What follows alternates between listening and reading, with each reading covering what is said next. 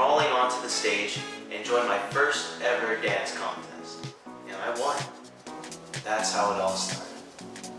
I started taking dance lessons and learned a variety of different dance styles, including street jazz, tap, popping, locking, and old school hip hop.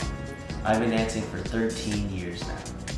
I've competed in dance competitions as a soloist and with varsity teams all across North America and have won multiple awards.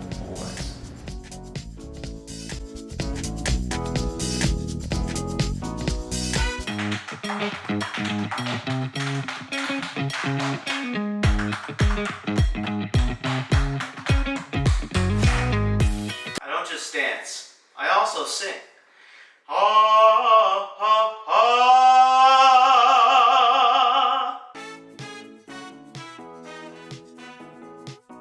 What I like about singing is that I don't think of it as simply an art.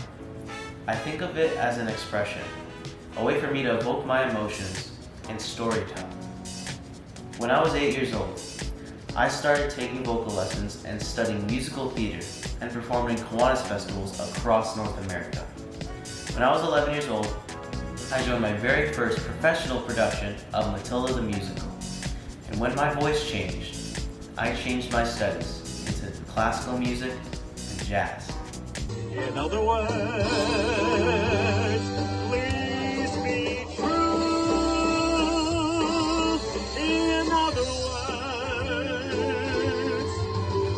In other words, I love you.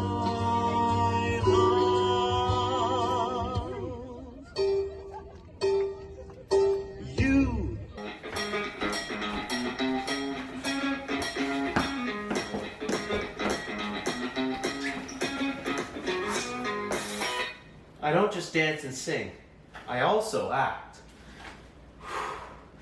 To be or not to be? Was that the question?